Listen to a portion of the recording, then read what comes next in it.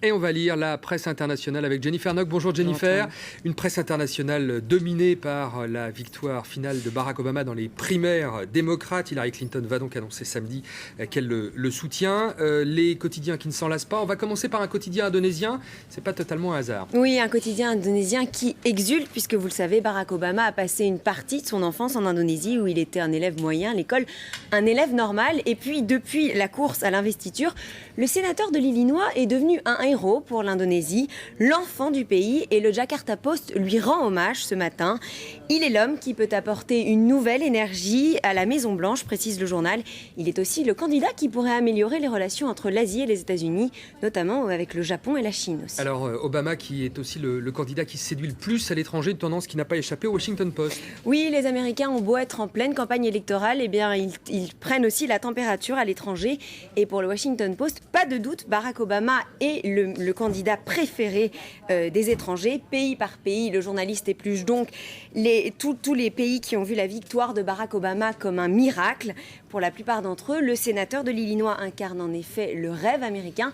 Et pour l'Europe, il est peut-être aussi l'antithèse de George Bush. Alors, en tout cas, les regards sont aujourd'hui tournés vers Hillary Clinton. Oui, aux États-Unis, et nos regards, nous aussi, se tournent vers le New York Times, qui, vous le savez, avait officiellement soutenu Hillary Clinton dans la course à l'investiture.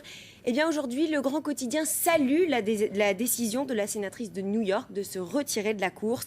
En admettant sa défaite, Hillary Clinton permet au parti de rester uni. Elle se donne aussi une chance de gagner une plus grande légitimité politique, ce qui pourrait être utile pour la suite. Et la suite, justement, c'est le Irish Times qui nous en parle. Oui, maintenant, Obama doit mesurer les risques de choisir Hillary Clinton, titre le Irish Times. En quelques mots, le quotidien irlandais en dit donc long sur la tension qui existe toujours entre les deux candidats et sur le dilemme face auquel se trouve désormais Barack Obama. Car si le sénateur de l'Illinois choisit Hillary Clinton comme vice-présidente, il risque de gagner 2 personnes pour le prix d'une. Hillary Clinton va en effet de pair avec son mari. Et Bill. Bill, exactement. Alors, on va refermer cette page États-Unis pour parler maintenant du sommet de la FAO qui se tient à Rome. Les journaux en parlent en ce moment. Oui, et les critiques viennent ce matin très étonnamment du grand quotidien saoudien de Londres, Dar El Hayat. Et contre toute attente, le quotidien ne fustige pas les pays du Nord, mais bien les pays du Sud. Il épingle notamment l'intervention du président iranien au sommet de la FAO.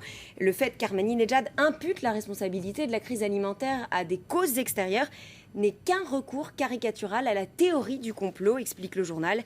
Le quotidien critique aussi l'attitude de Robert Mugabe, le président zimbabwéen. Voilà, Robert Mugabe qui est à Rome en ce moment, la presse australienne qui l'accuse de laisser mourir son peuple de faim. Oui, d'après The Australian, Robert Mugabe vient en effet d'empêcher plusieurs ONG, notamment Care International, d'exercer leurs activités dans le pays et de subvenir aux besoins de la population. Il les accuse en effet de soutenir l'opposition, mais ces associations viennent en aide à au moins 500 000 Zimbabwéens, ce qui est donc un gros problème pour le pays. Et puis on va parler du prince Charles dont on connaît l'attachement à la culture et un peu conservateur parfois d'ailleurs, sur les habitations en Chine qu'il souhaite sauver. Oui, et le prince Charles s'est lancé dans une bataille. Il veut sauver les hutongs de Pékin. Ces maisons sont héritées... Il faut qu'il fasse vite parce qu'il n'y en a plus beaucoup. Oui, elles sont héritées de la dynastie Ming. Elles sont en piteux état et donc elles sont démolies les unes après les autres. Pour le prince Charles, c'est une atteinte au patrimoine chinois. Il a donc supplié les autorités d'arrêter le carnage et plutôt de les transformer en maisons passives, écologiques et peu polluantes. Un défi de taille qui ne plaît pas forcément aux habitants. Parce que vous le savez, ces maisons n'ont qu'une pièce, pas de cuisine, pas de salle de bain indépendante. Bref, pour Xu Zhenghua, qui est travailleur dans une usine, le choix est fait. Si on m'offre un 3 pièces dans une tour, je déménage tout de suite. Mais c'est vrai qu'elles ont du charme, ces hutongs à Pékin. Merci beaucoup Jennifer, c'était la revue de presse sur France 24.